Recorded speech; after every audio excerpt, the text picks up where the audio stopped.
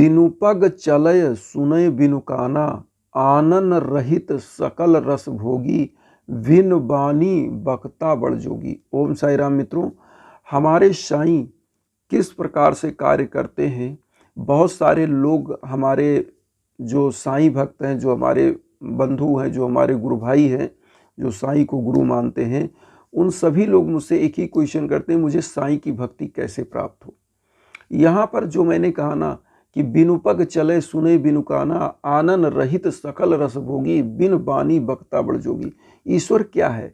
ईश्वर, अगर आप बाबा को ईश्वर मानते हो, बाबा को गुरु मानते हो, तो बाबा ने 11 वचन में लिखा है, मुझे सदा जीवित ही जानो, अनुभव करो सत्य पहचानो।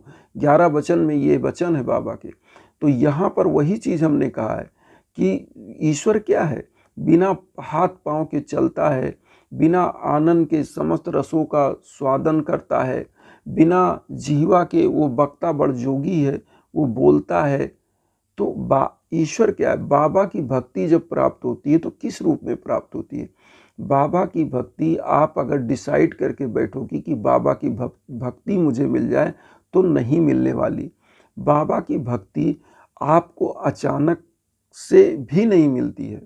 बाबा की भक्ति तब मिलती है जब आपके अंदर निष्ठा होता है। बहुत सारे लोग हैं, एक दिन साईं की फोटो टांग लिया, एक दिन बाबा के सामने पहुंच गए, सर झुका लिया किसी मंदिर में और बोले अब तो बाबा मुझे अरबपति बना दो। तो भैया, आपकी निष्ठा किस लेवल की है? आप बताइए।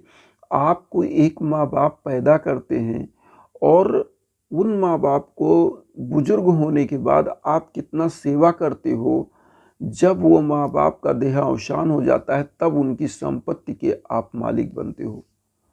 तो हमारे बाबा क्या कहते हैं कि आपके माँ बाप ने जिस प्रकार से आपको सिंचित किया है और इस लायक बनाया है कि आप इस योग हो सके कि उनकी सेवा कर सकें।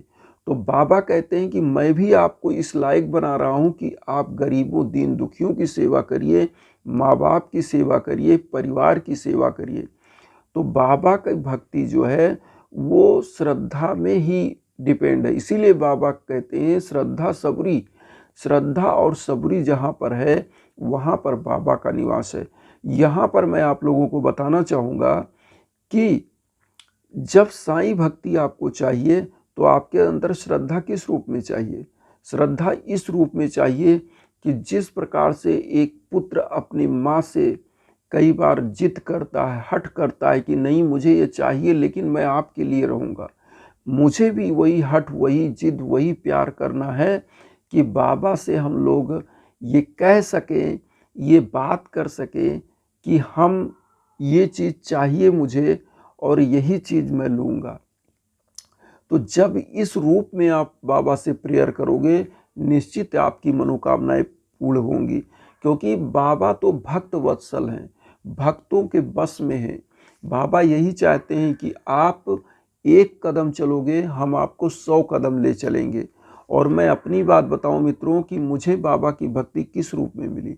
मुझे बाबा की भक्ति इस रूप में मिली कि मेरे पास तो बाबा की लॉकेट बहुत पहले आ चुकी थी, लेकिन जब बाबा को मैं परमानेंट रूप से एक जानने के लायक में हुआ, तो बाबा का मैं भक्त इस रूप में बना कि बाबा की चीज़ें मुझे अपने आप अट्रैक्शन में आ गई, क्योंकि जहाँ जाता था वहाँ कहीं ना कहीं साईं चर्चा होती थी।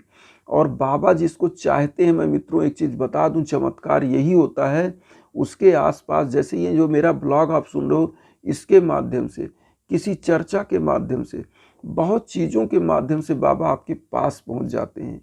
तो बाबा पहुंचने के लिए और आपकी जो श्रद्धा है वो बाबा में इतनी गहरी हो जाती है कि आप खुद समझ नहीं सकते कि बाबा किस रूप में आपके पूरे जीवन में समाहित हो गए।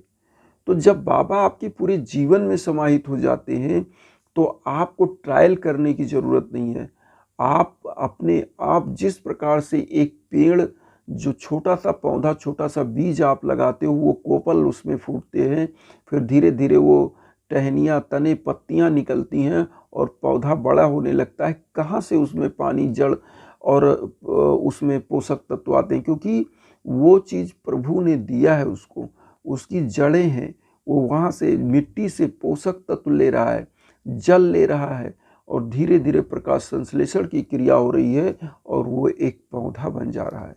तो कहने का मतलब ये है कि हमारे बाबा भी अगर आपको इस लायक कर रहे हैं तो उसी तरह से जिस प्रकार से वो छोटा सा बीज उसमें कोपल फूटता है, जड़ों से कैसे खाद्य पदार्थ और अपना पोषक तत्व लेता है, इसी प्रकार से आप भी बढ़ोगे, आपको पता ही नहीं चलेगा और आप एक विशाल व्यक्तित्व के मालिक हो जाएंगे। ये साईं कहते हैं। तो साईं की भक्ति इसी प्रकार से प्राप्त होती है और आपको साईं भक्ति के लिए किसी प्रकार से प्रिपेयर होने की ज़रूरत नहीं है। मैं अपने जीवन की चीज़ें पहले आप लोगों को बताऊं कि किस प्रकार से मैं साईं भक्ति मुझे प्राप्त हुई, जो मैं ब्लॉग बना भी चुका हूं, लोगों को बता भी चुका हूं। मैं आप लोगों को बताऊं कि साईं भक्ति कभी आप बना के चलें कि मुझे प्राप्त हो जाए तो नहीं प्राप्त होगी। साईं भक्ति क्या है, अचानक प्राप्त होती है। मैं आपको बताऊं, मैं जब साईं भक्ति की तरफ ज़्यादा चरम पे आया, मतलब जब मैं एकदम साईं भक्ति मुझे मिल गई और साईं बाबा की अगाध कृपा बनने लगी, तो मैं आपको बताऊं कि बहुत पहले तो मैं 3D टाइप की, मैंने आपको बताया, एक लॉकेट मेरे पास थी। साईं बाबा बहुत पहले मेरे पास आ चुके थे। ये घटना 88 के आसपास की है। लेकिन जो एक भक्ति के रूप में जब मैं साईं बाबा को मानने लगा, उस समय की घटना, ये लगभग आप समझ के चलिए 2008-9 से ये है। क्योंकि जहाँ मैं बैठता था कहीं ना कहीं साईं की चर्चा, कहीं ना कहीं साईं की फ़ोटो, कहीं ना कहीं कुछ ना कुछ चीज़ चमत्कारिक रूप से मुझे उद्वेलित करती थी कि मैं साईं बाबा से जुड़ूं। और मैं आपको बताऊं कि साईं बाबा जिस भक्त को चाहते हैं उसको कहीं ना कहीं, जैसे आज मेरा ब्लॉग आप देख रहे हो, तो हो सकता है ब्लॉग के माध्यम से साईं चर्चा आपको दिख रही हो, कहीं आप जा रहे हो तो साईं बाबा का आपको फोटो दिख रहा है। ये मतलब आपको नहीं दिख रहा है, ये बाबा खुद आपको दिखा रहे हैं। होता यही है, क्योंकि आप साईं सच्चरित्र पढ़ोगे तो बाबा की लीलाओं में ये समस्त चीज़ वर्णित हैं कि बाबा जिस भक्त को चाहते थे उसको किसी न किसी रूप में मिल जाते थे। पोस्टर बन के आ जाते थे, कभी बार कुत्ता बिल्ली बन के आ जाते थे, कई बार आम आदमी बन के आ जाते थे, निरीह गरीब बन के आ जाते थे, बाबा किसी भी रूप में मिल जाते थे। इसीलिए हमारे यहाँ ये कहावत भी है कि कभी भी किसी का दिल नहीं दुखाना चाहिए। किस रूप में, किस बेस में भगवान मिल जाए, कुछ कहा नहीं जा सकता। अब मैं आपको बताऊं, तो जब मुझे साईं भक्ति प्राप्त हुई तो मैं कहीं भी रहता था तो ऐसे साईं बाबा का जो है अपने आप ही मुझे चीज़ें पता नहीं कैसे मतलब आने लगता था विचार। और धीरे धीरे धीरे धीरे साईं बाबा से मैं इतना क्लोज हो गया। मेरे बड़े भाई साहब गए शिरडी, वहाँ से पोस्टर लाए, माताजी पिताजी सभी लोग, आरती भजन सब होने लगा, दोनों टाइम भोग लगने लगा। और पूरे परिवार में जो वातावरण मैंने आपको बताया, कि पहले भी बताया हूँ, अभी भी बता रहा हूँ, जो नहीं देखे उस ब्लॉग को मैं उनको बताना चाहता हूँ कि हुआ क्या कि घर का जो वातावरण था इतना चेंज हो गया और इतना अच्छा वातावरण हो गया। जो पहले बहुत सारी ऐसी घटनाएं परिवार में हुई थी कि पूरा परिवार एकदम मायूस रहता था, लेकिन बाबा के जब से हम लोगों ने चरण पकड़ा, पूरे घर में सुख, संपन्नता, प्रसन्नता, हर रूप का मेरे घर में आगमन बाबा के माध्यम से होने लगा।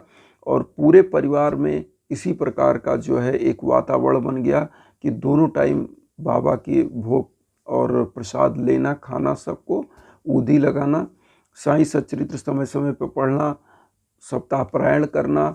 और मैं आज आपको बता रहा हूँ कि मेरे यहाँ बाबा के आशीर्वाद से जो टेंशन का, बहुत घोर टेंशन का वातावरण था, वो वातावरण ख़त्म हो गया। जो कुछ फैमिली मैटर था, मैं आप लोगों को अगले ब्लॉग में कभी बताऊंगा, वो अपने आप उसी फैमिली मैटर से हम लोग पूरा डिस्टर्ब थे। लेकिन हम लोग क्या है कि बाबा के उस आशीर्वाद से, बाबा की कृपा से उस मैटर से बाहर निकले और बहुत सारी चीज़ें हम लोगों को बाबा के आशीर्वाद से प्राप्त होने लगी। और मैं आप लोगों को यही बताऊंगा कि साईं भक्ति कैसे मिलती है। अगर आप सोच के बैठोगे कि मुझे साईं भक्ति मिले, तो नहीं मिलेगी। यहाँ पर मैं आपको बताऊं, साईं भक्ति प्राप्त करने के लिए सबसे पहला चीज़ होता है कि आपके अंदर एक निष्ठा होनी चाहिए। निष्ठा इस रूप में होनी चाहिए कि बाबा का चमत्कार देखने के लिए नहीं। यहाँ बहुत सारे लोग इसलिए जुड़ रहे हैं कि बाबा का चमत्कार हो जाता है। ऐसा कुछ नहीं, मैं आपको बता रहा हूँ। बाबा से जब आस्था और श्रद्धा के साथ आप जुड़ते हो तब चमत्कार होता है। और चमत्कार किस रूप में होता है? आपको दिखेगा नहीं। आप कोई कर्म कर रहे हो, मान लो आप कोई रोजगार कर रहे हो, आपको घाटा लग रहा था, लेकिन बाबा को आप याद करके 24 घंटे में 5 मिनट भी बाबा को याद करते हो और पूजा पाठ करके दुकान पे जाते हो, अपने बिजनेस पे जाते हो, अपने रोजगार के क्षेत्र में जहाँ भी जाते हो, तो जो घाटा लग रहा था वो क्या होगा कि आप जब कर्म करोगे अच्छे से तो वही जो 10 रुपये घाटा था वो 50 रुपये मुनाफे में चेंज हो जाएगा। ये होता है बाबा का चमत्कार। अब चमत्कार के रूप में पैसे नहीं बरसने लगते कि पैसे गिरने लगते हैं। चमत्कार इस रूप में होगा जो आपका जिस भी क्षेत्र में है आपको सफलता मिलने लगती है, आपका रोजगार बढ़ने लगता है, आप जहाँ रहते हो आपका व्यक्तित्व का विकास हो जाता है, आपको लोग चाहने लगते हैं, आपका अट्रैक्शन अलग हो जाता है। क्योंकि बाबा जिस परिवार को, जिस व्यक्ति के अंदर होते हैं, जो व्यक्ति उनकी निष्ठा के साथ पूजा करता है, उसके ऊपर एक ऐसा बाबा की कृपा होती है कि उसका व्यक्तित्व निखर जाता है। और कहने का मतलब ये है कि अगर वो जो प्रयास करता है, मान लीजिए उसका प्रयास 2 कदम का है तो बाबा उसको 10 कदम बना देते हैं, लेकिन प्रयास आपको करना पड़ता है। तो यहाँ पर सबसे बड़ी चीज़ है कि कृपा बाबा की प्राप्त कैसे होती है, ये चीज़ मैंने बताया। क्योंकि प्रैक्टिकल करने की ज़रूरत नहीं है, आस्था निष्ठा के साथ आप लगिए और खुद चमत्कार जैसे मेरे परिवार के साथ हो रहा है उस तरह का चमत्कार आपके साथ भी होगा। अब यहाँ पर मैं ये कहना चाहूँगा कि देखिए, बाबा का बहुत लोग कहते हैं आडंबर है। आडंबर क्या है भाई? हर श्रद्धा के लिए, जैसे आप मंदिर में जाते हो, किसी भी देवता के मंदिर, तो मंदिर क्यों बनाया गया है? एक अवलंब है। देव तो क्या है? देव के लिए लिखा हुआ है, देवताओं के लिए लिखा हुआ है, हमारे ईश्वर के लिए क्या लिखा हुआ है कि बिनु पग चले सुनय बिनु काना, आनंद रहित सकल रस भोगी और बिन बानी बक्ता बड़ जोगी। तो ईश्वर क्या है? जो बिना हाथ बिना पैर के चलता है, बिनु पग चले सुनय बिनु काना, बिना कान के सुनता है, सुनय बिनु काना, आनंद रहित सकल रस भोगी। आनंद रहित सकल रस भोगी, जिसके पास मुंह नहीं है, सर नहीं है, लेकिन फिर भी समस्त रसों का पान करता है। आनंद रहित सकल रस भोगी, बिन बानी बक्ता बड़ जोगी, जो बिना वाणी के बहुत बड़ा वक्ता है। कैसे है? हमारे आपके माध्यम से वो बोलता है, हमारे आपके माध्यम से चलता है। इसीलिए हमारे साईं ने कहा है कि सबका मालिक एक। तो वो कौन है जो चलता है? वो जो सबके अंदर विराजमान है। और सबका मालिक कौन है? जिस प्रकार से आपके पास एक रिमोट होता है, रिमोट आप हाथ में लियो, टीवी आपके सामने है और उस टीवी को आप यहाँ से ऑन करते हो, यहाँ से कंट्रोल करते हो, इसी प्रकार हमारा परमात्मा के पास वो कंट्रोल है जो हमको, आपको, पूरे परिवार को, पूरे जीवन को कंट्रोल करता है। तो उस परम पिता परमेश्वर के कंट्रोलिंग में हम सभी लोग हैं। इसीलिए हमारे साईं ने उसी समय कह दिया था कि सबका मालिक एक है। और जब सबका मालिक एक है तो हम सब भाई भाई हैं। हम सब पूरे विश्व के लोग, एक ग्लोबलाइजेशन का आज ज़माना है, हम लोग कौन हैं? हम एक भाई बहन हैं, समस्त बंधु बांधव हैं।